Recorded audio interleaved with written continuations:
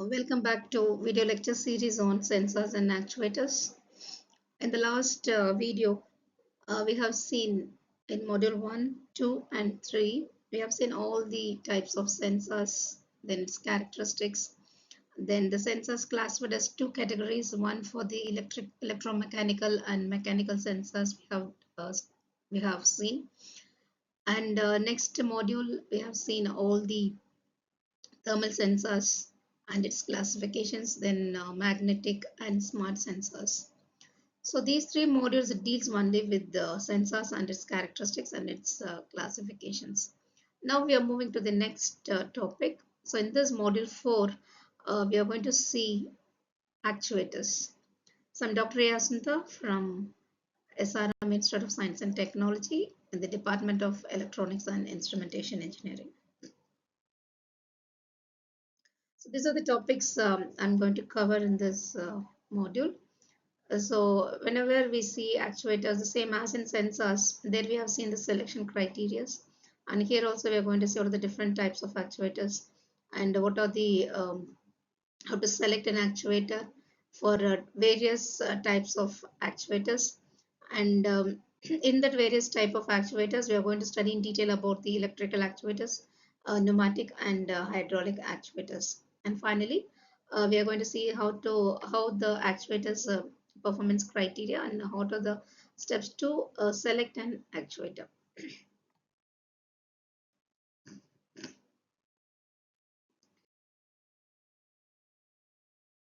So before we are going to the topics, first let us see. Have you ever wondered how machines move on their own? What is the answer for this? How the machines will move? Whether the machines will move on their own? No, it is not at all possible. Whenever I'm a person, I want to lift something. I want to lift a thing which is on the table. I have to take this and lift. How this happens? So the brain will give a signal that an object is here. Just pick the object and just lift. How I'm lifting? So that my muscles helps to lift the object. Okay. So the sensor will sense the object. Control will give a command signal to pick the object.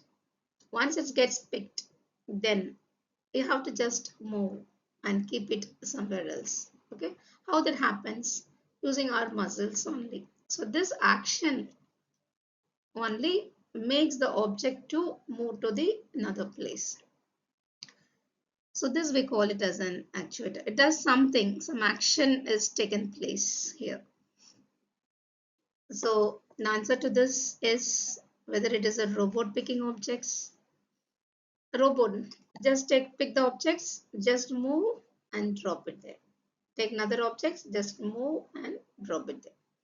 And also fan turning on. How the fan turns on? You have a motor inside that makes the to rotate so that the fan is turning on and it's rotating. And automatic door opening. So how that happens? When a person is moving near to the door, it will just measure, the sensor will sense the distance. So with the threshold distance level, once it attains the threshold level, automatically the sensor gives some signal to the controller, gives some control action to the actuator. Actuator here is the motor to make the door to open. So that is what is happening in all.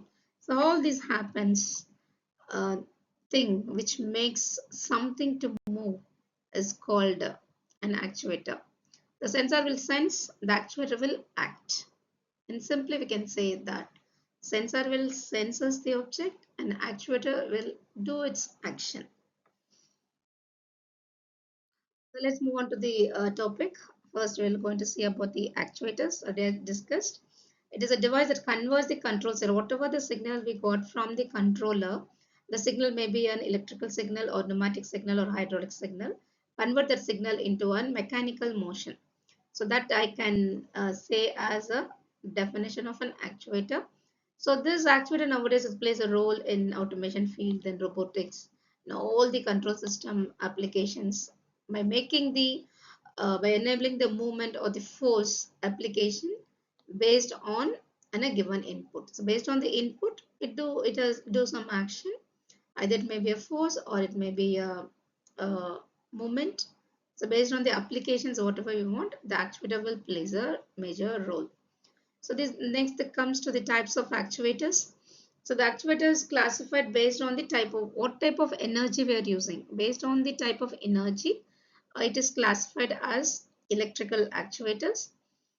So the electrical actuator which converts the electrical signal into a mechanical signal, mechanical motion. Okay, so that some types of some of the examples are solenoid actuators. It is one of the example of the electrical where it has what type of motion we have is here a linear motion.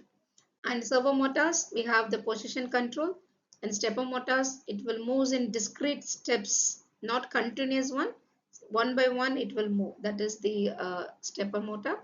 And linear actuators it convert the rotary into a linear motion. So the examples I can say this as robotics and CNC computer machines, network control. So in all these things we have the actuator plays a major role. So next comes the pneumatic actuators. In pneumatic actuators we are using compressed air, that is energy that makes to generate some motion. We are giving some air to do some motion, to generate some motion. So here there are different types single acting cylinders. So in single acting you have only one direction, and double acting cylinder the motion will take place in both the directions. And rotary vane actuators it will convert the pressure into a rotary motion. So the applications you can see it in industrial applications and automation, then material handling, vehicle braking systems. In all these cases we are using this pneumatic actuators. And next comes the third type is the hydraulic actuator. So here the hydraulic for and pressure is used to create some motion. You are using some pressure to create the motion. Pneumatic means you are giving some compressed air to generate the motion. So based on this, we have two categories. One is the hydraulic cylinders, that is the linear motion type, and hydraulic motors. Motors, it is a rotary motion. Therefore, it is used for the rotary motion. So for heavy machines, aerospace and construction equipment, these hydraulic types of actuators are used.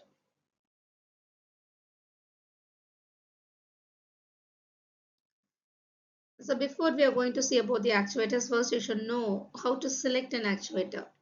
So based on the various factors, the first selection criteria is type of motion required. What we have seen some motions, whether it is a linear motion or rotary motion. So based on the energy, that motion will change. So that we have to change. First, we have to think whether we are using an electrical actuator. For electrical actuator, what type of motion is required? Just we have to do some research, and accordingly you have to select the criteria. And second thing is you have to check for the force and torque requirements. So once the motor motion is selected, what type of motion is needed, whether it's a force or torque requirements, that based on the applications, whether if you want to measure to have a load capacity or if you want to do actuation in speed and in precision. So based on that, what type of uh, requirement is needed, whether it is a force or torque, that we need to check. And third one is power source availability. So power source in the sense what type of actuator, whether it is electric actuator or pneumatic or hydraulic. Based on that, what type of power source is required for these type of actuators, that we need to concentrate. And next one is the control requirements. So only from the controller output the actuator will work. Okay, so what type of control action is needed for that particular type of actuator? If we take a pneumatic actuators, for pneumatic actuators, if we use some any current signal, then we need some conversion like current to pressure. Straightly we can also, so that we need to check whether what type of controller is applied for a particular actuators, whether it is on off control is needed or a proportional integral, proportional derivative control is needed, or any feedback mechanism is needed for the control recommend, that we need to check. And then environment conditions, whether the actuators work in hazardous conditions or whether it is we want to work in any temperature, want to measure the humidity or in corrosive atmosphere. So these environmental conditions we need to check before selecting any actuators. And size and weight constraints, whether it is a portable one or it is a compact, that we need to check. And finally, cost and the maintenance. So all the cost, initial cost, operational, all these things we need to check. And based on the cost and the maintenance, the suitable actuators is to be selected. So next is the based. Now we are going to see the actuator classifications based on their motion characteristics. Into based on the motion, this is classified into linear, rotary, logical, and continuous actuators. First, let us see the linear actuator. So linear actuator is a device that creates motion in a straight line. So just it moves like this. This is in a straight line. So it converts the energy, it may be electrical, hydraulic, or pneumatic, into a linear displacement. So that is the definition for the linear actuators. So how what is the working principle is, when an external energy source moves the piston. So you may have a piston you have, or a rod you have, or a screw in a straight motion, then that makes the piston to move. Okay, the piston or a rod or screw to move in a straight line motion. So that is called as linear actuator. So examples, I could say that in hospital beds, in hospital adjustment we are adjusting, right? That is a linear one. Or electric car seat arrangement, we are adjusting the car seat arrangement, right? So that is also an example of linear actuators. Coming to the rotary actuator. So rotary actuator, it has a rotary motion from an energy source. So from the energy, whatever the energy you're getting, that makes the actuator to do it in a rotary motion, that is circular motion. So it converts all the type of energy into a rotational movement. That is the working principle. So robotic arms, it will not go move this and this direction. It will just move, and it rotary in all the 360 directions it will move. So that is the example of this rotary motion. So all the robotic arms, fans, and conveyor belts, it will go. It comes down, down, and then go, and then comes down like this. It goes. Okay, and next comes the logical actuators. So logical actuators operate in discrete steps. Discrete steps in the sense it is either on or off. So it will not give a continuous motion. Only for a particular period it will be on, and then it is off. So logical operators respond to the control signal by switching between two states. One is start or stop, or on or off, or else if it is a valve, means it is open the valve or close the valve. So it's controlling mechanical action in automation field. This will be widely used for water flow control in washing machine. In water flow control in washing machine, the once the gets the signal, the valve will open, so water will flow, and then it automatically close wherever it is needed. Then the water will valve will open, and wherever at some situations the valve will get closed. In all the home automation systems, this logical actuators is used because the switch will be a fan is on for a particular time. So once that time crosses, we'll set for 5 seconds. After 5 seconds, it will be on. Then automatically switches to off condition. So there we have the logical case. Only for 5 seconds it is on, then it is off.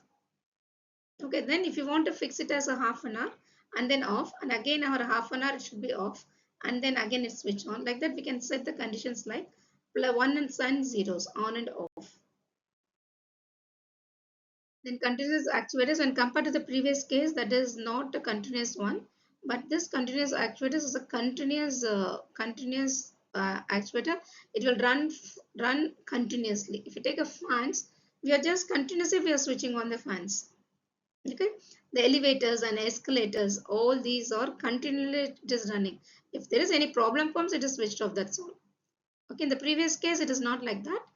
It is not for continuous one. We will fix the time. We fix the set the time. Only for particular cases it will be on, and then it's off. But here continuously it will run for the whole times. So these are some of the types of actuators. 4 types of actuators. And next comes the electrical actuators.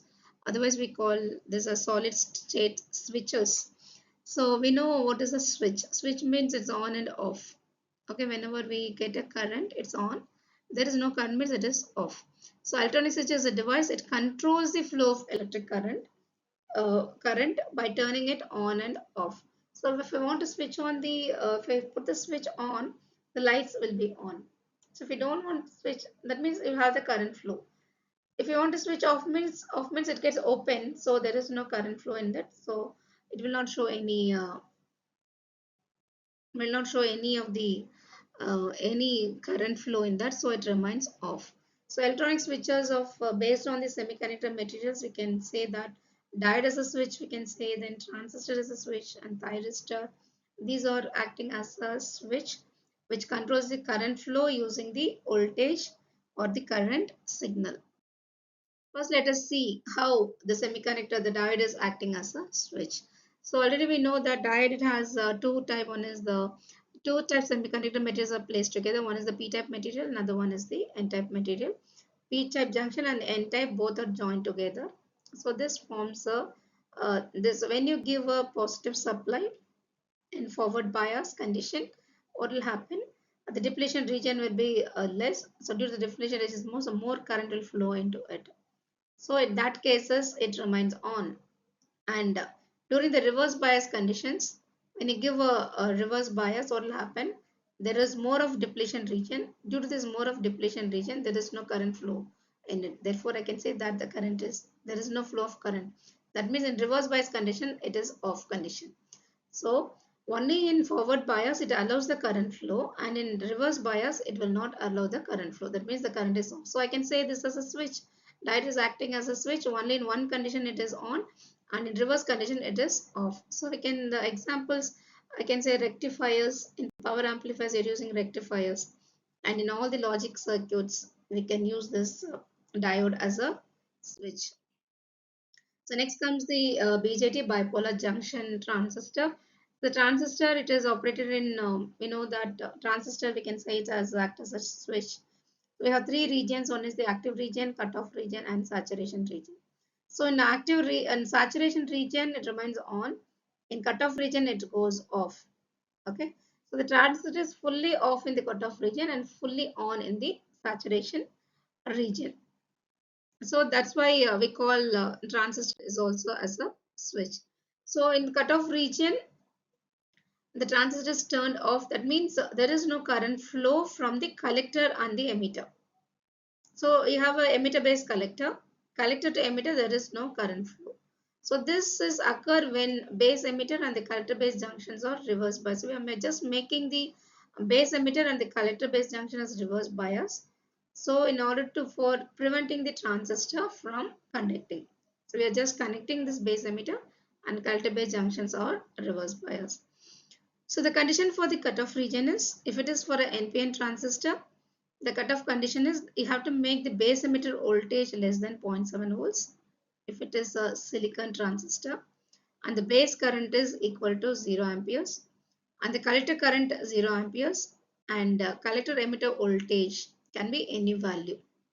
Okay, so this is the conditions for the cutoff region in of the transistor. If it is a PNP transistor, then the base emitter voltage is greater than 0.7 minus 0.7, IB is 0 and IC is also 0, and VCA can be any value. The same for the PNP, but this is it is less than 0.7 volts, but here VB base emitter should be greater than 0.7 volts. So in that, if it is in this cases, then I can say the transistor in cutoff region is act like an open switch, but in the saturation region it act like a closed switch. So we will have on and off condition for the transistor acting as a switch. So in saturation region, the base emitter voltage should be greater than 0.7, and base collector voltage is greater than 0, and collector emitter voltage is small, it will be between 0.2 and 0.7, 0.2 and 0.3 volts, and the emitter current or the collector current is at maximum. For PNP transistors, it is greater than 0 means it should be less than or less than 0.7, and VBC is 0 volts, and the VC is close to this, that is 0.2 to 0.3 volts. So here in saturation region, it is act like a closed switch. That means maximum current will flow into this, and that's why it is acts like a transistor acts like a switch. So in saturation it is on, it is closed switch, and in cutoff region it is act like a open switch, that is off state. So next comes the solenoid. It is one of the very important uh, thing to understand in an actuators. So solenoid, it is nothing but a coil of a wire. It's a coil of a wire. It is used as an electromagnet. So this device that converts the electrical energy into a mechanical energy. So by using the solenoid, we can convert any device that into electrical energy to the mechanical energy. So a device, if it creates a magnetic field from an electric current, and if it uses the magnetic field to create a linear motion. So some common examples of solenoids are power is act as a switch, like a starter in the automobile, or a valve. We can say this as an examples or common applications of solenoid. So coming to the working principle, so here you have a spring, and this is the iron plunger, or I can say it is an armature. This spring, this it is connected to a wire cord. Okay. So now when a current flows through the solenoid, so this entire thing is we call it a solenoid. So when it flows through the solenoid, so this iron core and this spring, it gets when a current is applied, it produces a magnetic field. So that magnetic field, it may be attracts or it may be repels. Rip or repels this mobile ion. This ion may be attracts or it may repels. So the motion is used in all the mechanical applications such as opening and closing of the valve. So whenever it get energized, whenever a solenoid is energized means what will happen? This iron core and the spring get attracted. So due to that attraction, the magnetic field produced. Okay, so the solenoid is energized. So if it is not energized, this iron core and this spring that gets repelled. So due to this repulsion, what happens? The iron core just moves up. So when it moves up, then there is no contact, therefore it gets de-energized. So the applications, we can use it for industrial automations and bottle filling systems. We can have this solenoid valve. The solenoid is used for when in a bottle filling system, what will happen is whenever the sensor sends the proximity sensor sends the metal, it will stop. So once when it gets stopped, what will happen? The next step is the solenoid valve will open.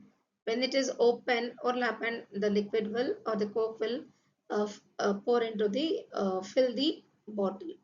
Once it fills the bottle, what will happen? The solenoid valve gets closed. So next stepper motor will run. So next bottle will come. So this process will happen. This is used for opening and the closing of the valves in the bottle filling system. Next, electric motors overview. Already we have studied this electrical motors like AC motors, DC motors, and stepper motors in 12th standard and other classes. So just we are going to see the overview of how the motor works. So let's start with the DC motor. So in DC motor, the input is an electrical energy, is the direct current that is bit converted into or transformed into mechanical motion.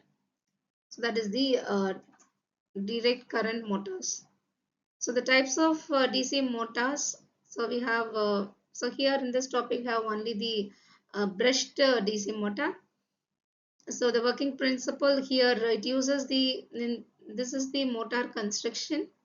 So here you have the permanent magnet, and here you have the coil. The coil is having an armature.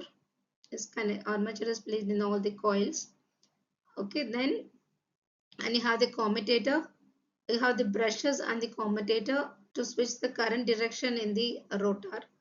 This is stationary and this is the rotor. It will be rotate. So what will happen when the current falls, when the current flows through these coils, the current flows through these coils. So this coil will produce some magnetic field. This magnetic field will interact with the magnetic field which is present in the permanent magnet. So these interaction creates some force. So that force causes the armature to rotate. Okay, this coil produces a magnetic field, and the permanent magnet which also has a magnetic field. These two magnetic field gets interacted each other and makes the rotor to rotate. So the rotation of the armature that will be transferred to the output of the shaft of the motor, that can be used to do for any other work, like if you want to driving up, want to rotate the pump, or if you want to use for the fan or any other machines, we can use this DC motors. Coming to AC motor, so it converts the alternating current into the mechanical power. So here you have the stator. This is stator and this is the rotor, and here giving a AC supply. So when the current, this is the current carrying conductor, is subjected to a magnetic field, it produces some magnetic lines of force. Okay, so it produces some force, magnetic force. That force we call it as Lorentz force. So when a alternating current source is delivered to the rotor, this is the rotor coil. So it when it crosses this rotor coil, it produces some force. So due to that force, what happened? A torque will be created because it is a rotational one. The torque will be created and in a clockwise direction. As a result of this force that allows the rotor to rotate. Here, how the rotor rotates is based on the Lorentz force. That force will create some torque that will make the rotor to rotate. So this is the AC motor. And coming to the stepper motor. So stepper motor is also, we call it a step motor or stepping motor. So DC motor that rotates in series of small, and this stepper motor, it will not continue, right? It will move in steps having some fixed amount of degree.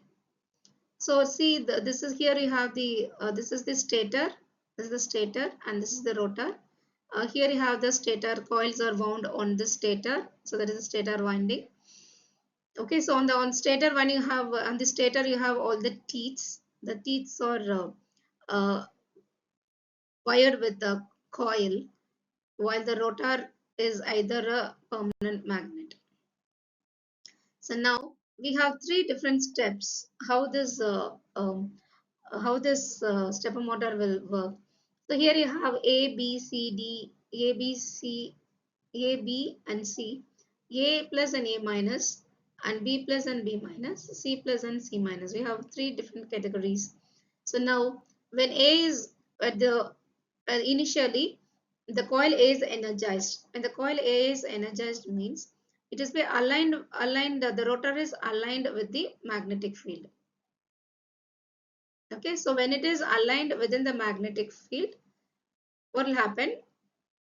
By when a current flowing in a coil and the rotor is aligned with A plus, then it produces some, it will move in one direction. Okay, so if you want next 60-degree, then B plus is aligned with the rotor. So now this direction will move to this.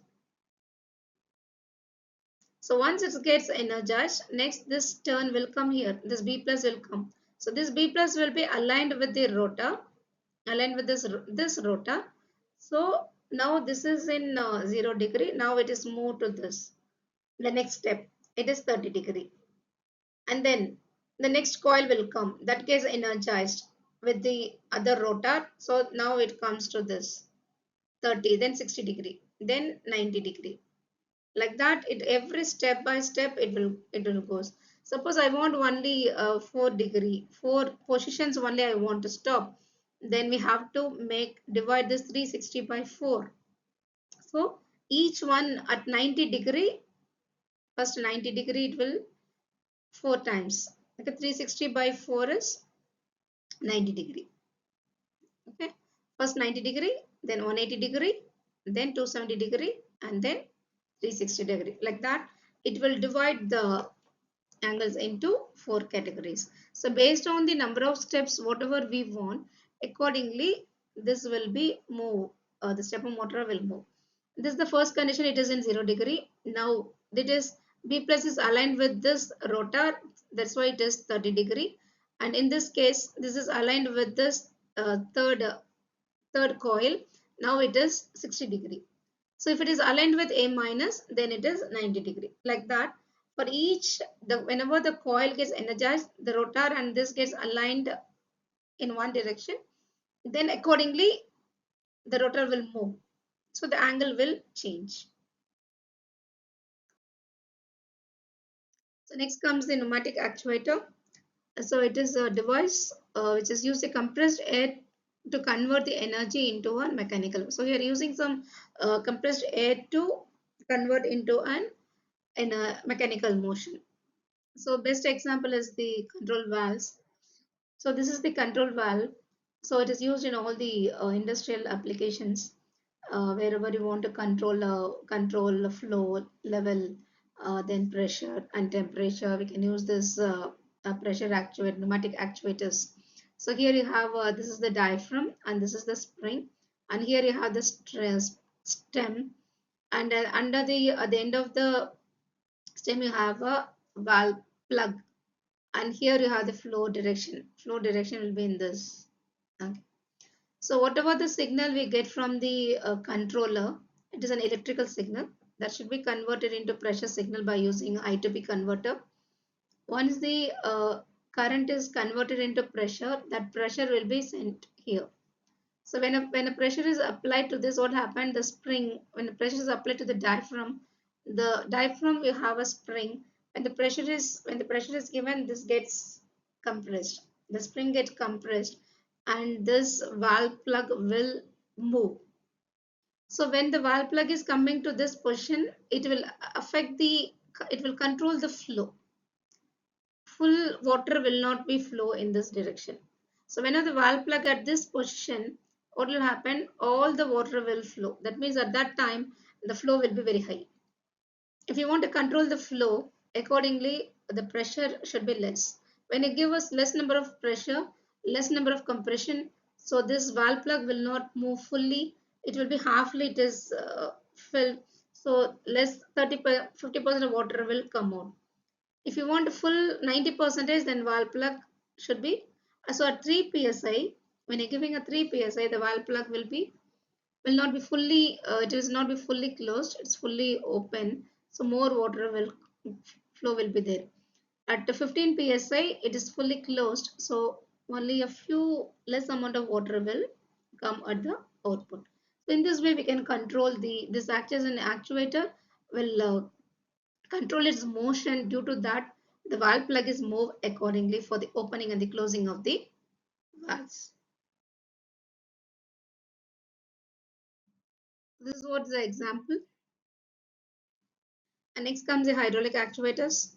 So in hydraulic actuators, the mechanical devices that use the hydraulic power to generate, it may be a linear, rotary or oscillatory motions. Okay, so here also we are applying some pressure to control, as in the previous case there we are applying some pressure, but here we are giving some hydraulic power to generate the linear motions.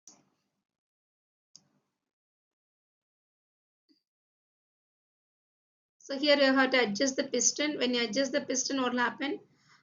The stem will move. So due to the movement of the stem, here the flow will come.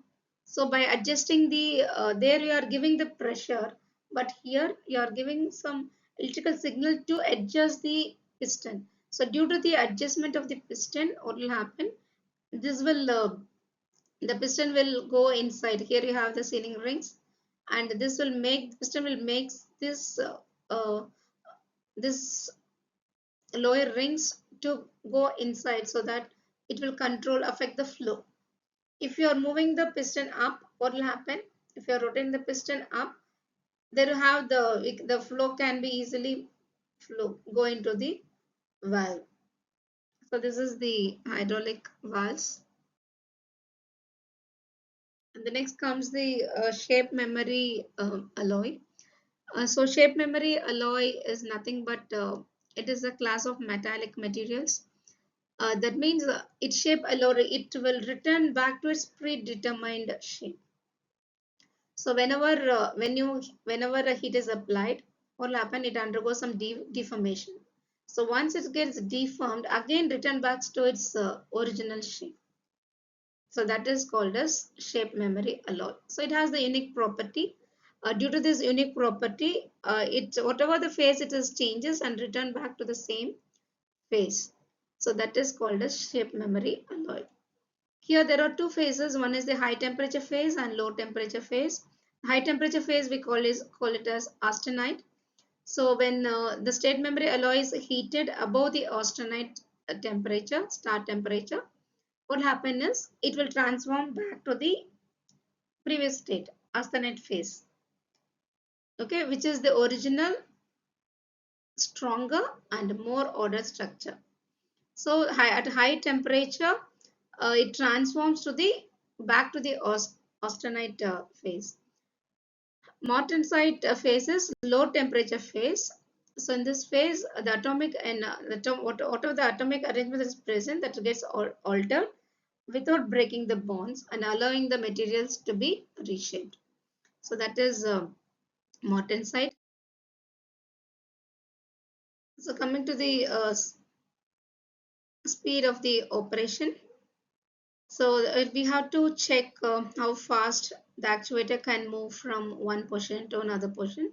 So if it is a robotic arm, if it moves for 2 seconds from taking the one object and place it in another, but actual we need is only 2 seconds. But if it takes more than 2 or 5 seconds to take the object and drag it and place it in another place, then we need to look into the actuator and correct the thing to make it faster. And next comes the resolution and accuracy. Resolution is nothing but how smallest it will detect the movement. And accuracy is whether it has the ability to reach the desired position. That we need to check. How fastly it will revert for a small defect or anything is present, whether it can able to um, detect or not. That we need to check. And then if you're going for an accuracy, if the accuracy is very poor, then we need to improve the accuracy according to the desired positions. And the next one is the repeatability. So repeatability that ensures that the actuator consistently reaches the same position or not. That we need to check. So these are all some of the actuator performance. The first one is the force or the torque. We need to concentrate on determines the how much amount of force we need, and then torque is required, how much amount of torque is required for heavy duty applications, that we need to check. And then we need to check the what is the displacement, what is the rotational movement, and if it is a rotary actuators, how much of degree is needed and how much of radians of movement is needed, that we need to check. For speed of the operations, we need to check the actuator how fast it is moving from one position to another position. And coming to the resolution and accuracy, we have to check how uh, small movement it is detecting, accurately it is detecting, that we need to check. And then how fast or how whether it is able to reach the desired position very quickly, that we need to check. And finally, repeatability. We have to ensure that the actuator consistently reaches the same position or not. That we need to check. So based on these categories, these are the performance criteria we need to concentrate before selecting any type of actuators.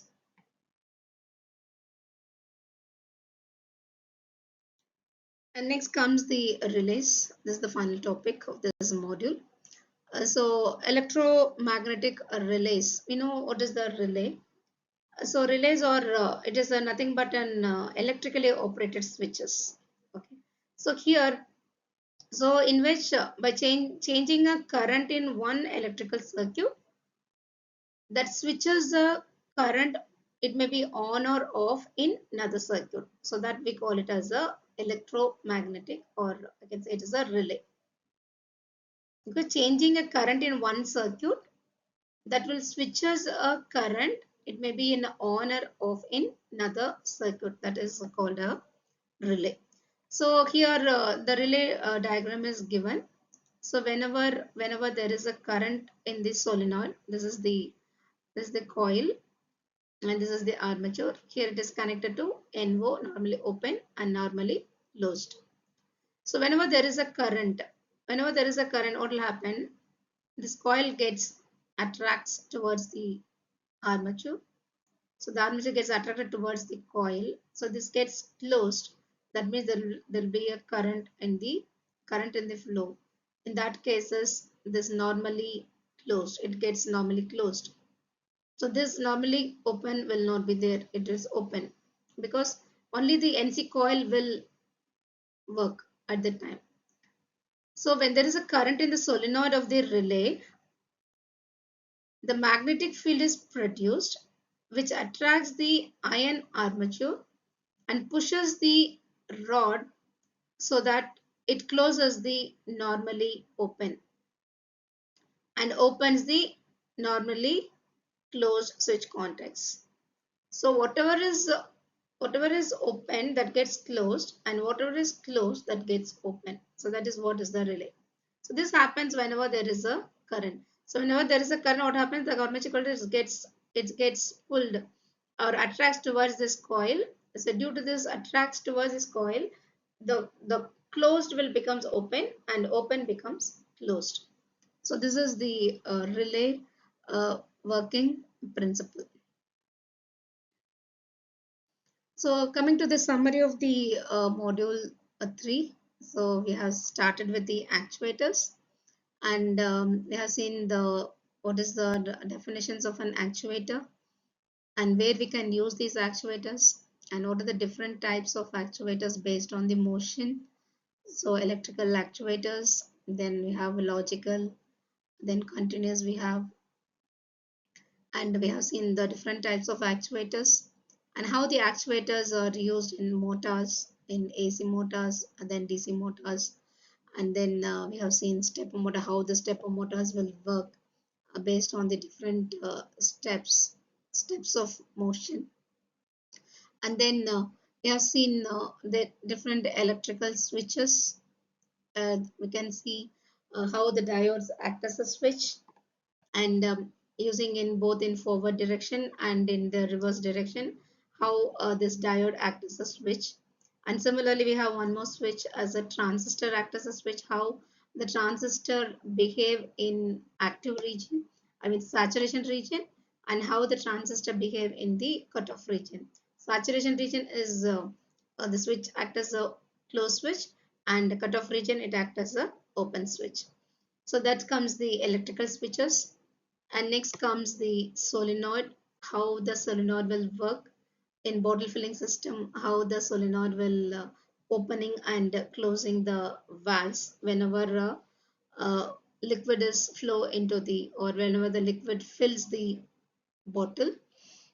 And next after this solenoid we have smart the smart SMA metallic alloy. So what is this SMA, and what are the different characteristics of, or how to select the uh, criteria for actuator? What is the selection and the performance criteria of an actuators? And next finally comes with the relays, how the relays will work, and how what is the working principle of the relays. So these are the topics we have covered in this video. So I hope this video will help the viewers to understand what is the actuators and what is the pneumatic actuators, hydraulic actuators, where we have these actuators can play a role in the industries. So using these video lectures, the learners can able to understand the topics of whatever I have covered in this module 4. So thank you for watching my video, and let's meet in the next module 5. Thank you.